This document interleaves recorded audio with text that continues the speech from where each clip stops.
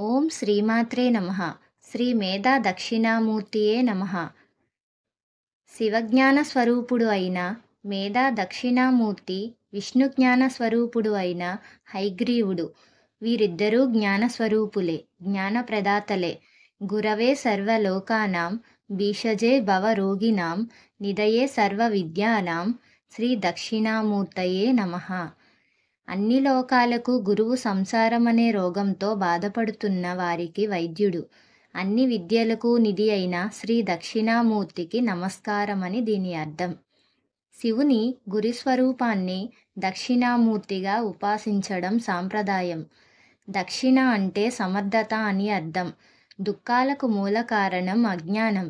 అలాంటి అజ్ఞానం నాశనమైతే దుఃఖాలన్నీ తొలగిపోతాయి.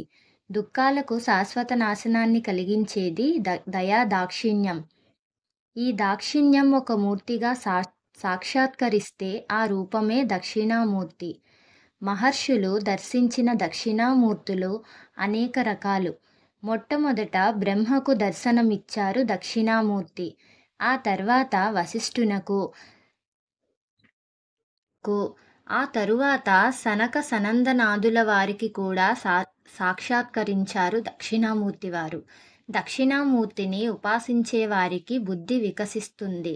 అందుకే దక్షిణామూర్తిని పూజించమని విద్యార్థులకు ప్రత్యేకంగా చెప్తారు. విష్ణు, బ్రహ్మ, సూర్య, స్కంద, రుద్ర తదితరులు దక్షిణామూర్తిని ఉపాసించి గురుత్వాన్ని పొందారు.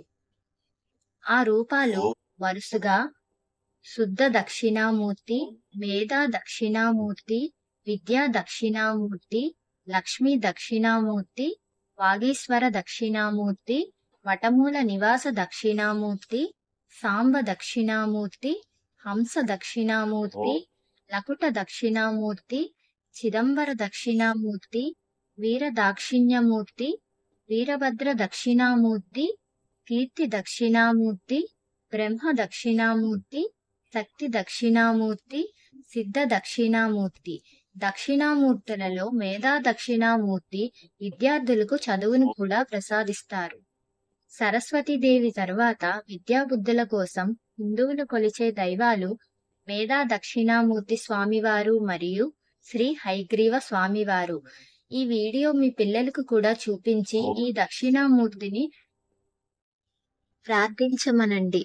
లేదా దక్షిణామూర్తి ముఖ చిత్రాన్ని ఒక 5 నిమిషాల పాటు తదేకంగా చూడమనండి. ఈ వీడియో నచ్చితే లైక్ చేయండి, షేర్ చేయండి, సబ్స్క్రైబ్ చేయండి. Thanks for watching.